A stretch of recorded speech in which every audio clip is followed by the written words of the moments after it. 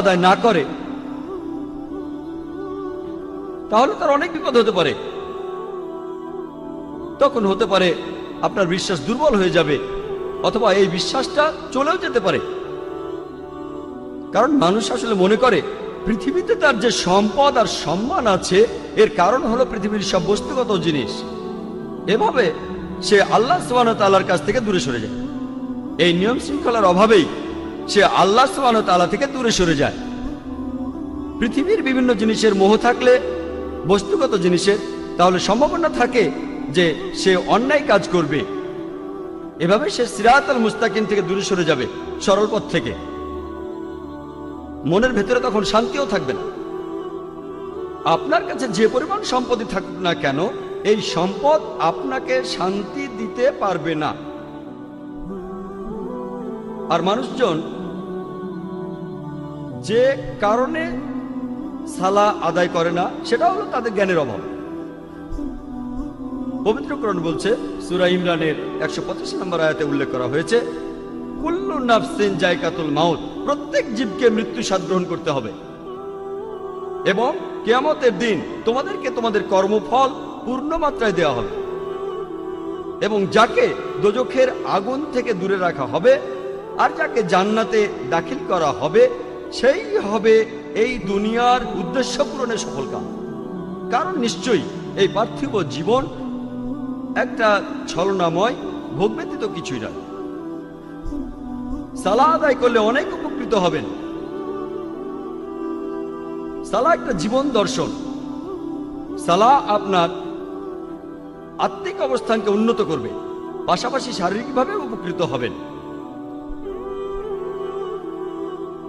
সালাহ আপনার বিশ্বাসকে বাড়িয়ে দেয়, আপনার বিশ্বাসকে শক্তিশালী করে।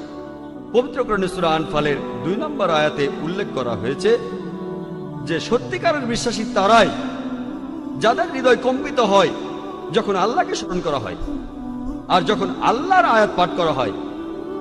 এটা তাদের ঈমান বৃদ্ধি করে এবং তারা তাদের প্রতিপালকের উপরে নির্ভর করে। পবিত্র কোরআন বলছে, সূরা ফাতিহার ৫ থেকে ৭ নম্বর আয়াতে উল্লেখ করা হয়েছে, ইয়াকা না'বুদু ওয়া ইয়াকা নাস্তাঈন, আমরা তোমারই ইবাদত করি, তোমারই সাহায্য প্রার্থনা করি। ইহদিনাস সিরাতাল মুস্তাকিম, সিরাতাল লাযিনা আন'আমতা আলাইহিম গায়রিল মাগদুবি আলাইহিম ওয়ালাদ-দাল্লিন, আমাদের সরল পথ দেখাও, তাদের পথ যাদের তুমি অনুগ্রহ দান করেছো, তাদের পথ নয় যারা ক্রোধ নিপতিত, যারা পথভ্রষ্ট। এতে আপনার জীবনের শৃঙ্খলা বাড়বে। সত্যিকারের মুসলিম সে তার দিন শুরু করে ফজরের সালাহ আদায় করার মাধ্যমে। আর ফজরের সালার সময় মুয়াজ্জিন আজান দেওয়ার সময় বলেন, আসসালাতু খায়রুম মিনান নাওম, যে ঘুম অপেক্ষা সালাহ উত্তম, ঘুমিয়ে থাকার চেয়ে নামাজ পড়া উত্তম। একজন সত্যিকারের মুসলিম দিনের মাঝখানে সালাহ আদায় করে আর সে তার দিন শেষ করে এশার সালাহ দিয়ে ঘুমাতে যাওয়ার আগে। সালাহ এছাড়াও সামাজিক অবস্থান উন্নত করে। সালাহ আদায়ের সময় যে সমাবেশ, সেটা আমাদের ভ্রাতৃত্ব বোধ বাড়ায়, মমত্ববোধ বাড়ায়, একতা বাড়ায়, আর এটা সাম্যবাদের এক অনন্য দৃষ্টান্ত। সংহতি বৃদ্ধি পায়। সালাহ আদায় করতে গিয়ে সবাই একত্রিত হয় আর তাদের মধ্যে ভালোবাসার বন্ধন জোরদার হয়। পবিত্র কোরআনে সূরা হুজুরাতের ১৩ নম্বর আয়াতে উল্লেখ করা হয়েছে, ইয়া আইয়ুহান নাসু ইন্না খালাকনাকুম মিন যাকরিন ওয়া উনসা ওয়া জাআলনাকুম শুউবান ওয়া কাবাইলা লিতাআরাফু ইন্না আকরামাকুম ইনদাল্লাহি আতকাকুম ইন্নাল্লাহা আলিমুন খাবীর। হে মানুষ জাতি, আমি তোমাদের সৃষ্টি করেছি একজন পুরুষ ও একজন নারী হইতে, পরে তোমাদের বিভক্ত করেছে বিভিন্ন জাতি ও গোত্রে, যাতে তোমরা অপরের সাথে পরিচিত হতে পারো। এজন্য নয় যে তোমরা পরস্পরকে ঘৃণা করবে।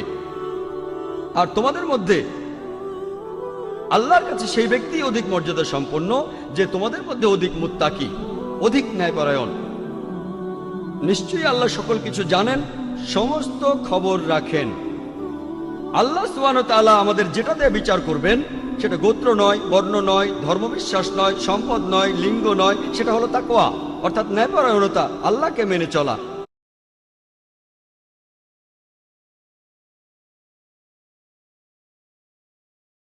ন্যায়পরায়ণতা, আল্লাহকে মেনে চলা এবং ধার্মিকতা।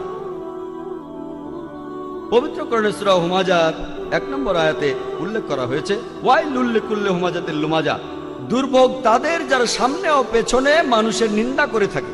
সালাহ আমাদেরকে বিরত রাখে মানুষের নিন্দা করা থেকে। পবিত্র কোরআনে সূরা হুজুরাতের 11 নম্বর ও 12 নম্বর আয়াতে উল্লেখ করা আছে, ইয়া আইয়ুহাল্লাযিনা আমানু, হে মুমিনগণ, তোমাদের মধ্যে কোনো পুরুষ যেন অপর কোনো পুরুষকে উপহাস না করে, কেননা যাকে উপহাস করা হয় সে উপহাসকারী অপেক্ষা উত্তম হতে পারে। কোন নারী অপর নারীকে যেন উপহাস না করে, কেননা যাকে উপহাস করা হয় সে উপহাসকারী অপেক্ষা উত্তম হতে পারে। একে অপরের প্রতি তোমরা দোষারোপ করো না এবং তোমরা একে অপরকে মন্দ নামে ডেকো না।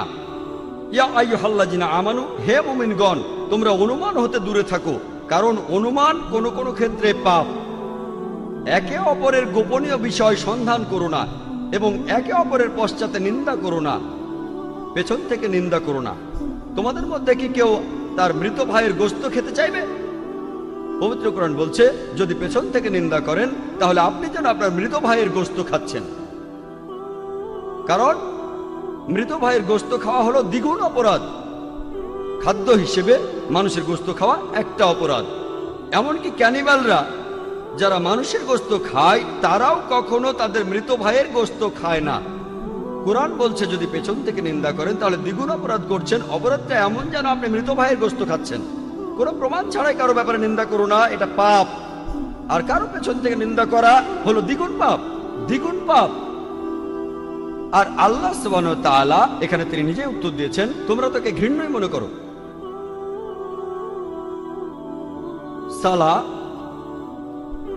এটা আমাদের ব্যবসা ক্ষেত্র এবং দৈনন্দিন কাজের মধ্যে সত্যবাদিতা এবং সততাকে বাড়ায়। আমি আগে বলেছিলাম পবিত্র কোরআনে সূরা আনকাবুতের 45 নম্বর আয়াতে উল্লেখ করা হয়েছে, উতলু মা উহিয়া ইলাইকা মিনাল কিতাবি ওয়া আকিমিস সালাতা ইন্নাস সালাতা তানহা আনিল ফাহশাই ওয়াল মুনকার, যে তুমি আবৃত্তি করো সেই কিতাব হতে যা তোমার প্রতি প্রত্যাদেশ করা হয় এবং সালাত কায়েম করো, কারণ নিশ্চয়ই সালাত তোমাকে অশ্লীল ও মন্দ কাজ হতে বিরত রাখে। পবিত্র কোরআন বলছে সূরা ইসরার 81 নম্বর আয়াতে উল্লেখ করা হয়েছে, ওয়াকুল জাল হক ওয়া যাকাল বাতিল ইন্নাল বাতিলা কানা যাহুকা, বলো সত্য এবার উপস্থিত হয়েছে এবং মিথ্যা বিলুপ্ত হয়েছে, কারণ নিশ্চয়ই মিথ্যা তার প্রকৃতিগত কারণেই ধ্বংস হয়ে যাবে। সালাহ আমাদের সত্যবাদী হতে শেখায়। একই ধরনের কথা বলা হয়েছে সূরা বাকারায় 42 ও 43 নম্বর আয়াতে উল্লেখ করা হয়েছে যে তোমরা সত্যকে মিথ্যার সাথে মিশ্রিত করো না এবং জেনে শুনে সত্য গোপন করো না। কোরআন আমাদের সত্যবাদী হতে শেখায় যে সব সময় আমরা সত্যি বলবো। পবিত্র কোরআনে সূরা বাকারার 188 নম্বর আয়াতে উল্লেখ করা হয়েছে যে তোমরা একে অন্যের সম্পদ অন্যায়ভাবে গ্রাস করো না এবং মানুষের ধন সম্পত্তির কিয়দাংশ জেনে শুনে অন্যায়ভাবে গ্রাস করার উদ্দেশ্যে সেটা বিচারকের নিকট পেশ করো না। পবিত্র কোরআন বলছে ঘুষ দেয়া বা নেয়া নিষিদ্ধ, আপনারা ঘুষ দেবেন না। পবিত্র কোরআন আমাদের দেখিয়ে দেয় কিভাবে সৎ জীবনযাপন করতে হবে। পবিত্র কোরআন মানুষের জীবনে শান্তি এনে দেয়। পবিত্র কোরআনে সূরা রদের 28 নম্বর আয়াতে উল্লেখ করা হয়েছে, নিশ্চয়ই যখন আল্লাহকে স্মরণ করা হয় হৃদয় তখন শান্তি খুঁজে পায় এবং প্রশান্ত হয়।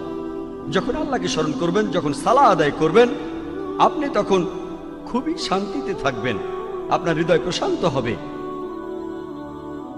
সালাহ হলো আল্লাহ তাআলার সাথে যোগাযোগের সবচেয়ে শ্রেষ্ঠ উপায়। পবিত্র কোরআনে সূরা বাকারার 153 নম্বর আয়াতে উল্লেখ করা হয়েছে, ইয়া আইয়ুহাল্লাযীনা আমানুস্তাঈনু বিস-সাবরি ওয়াস-সালাহ, হে মুমিনগণ, ধৈর্য ও সালাতের মাধ্যমে তোমরা আল্লাহর সাহায্য প্রার্থনা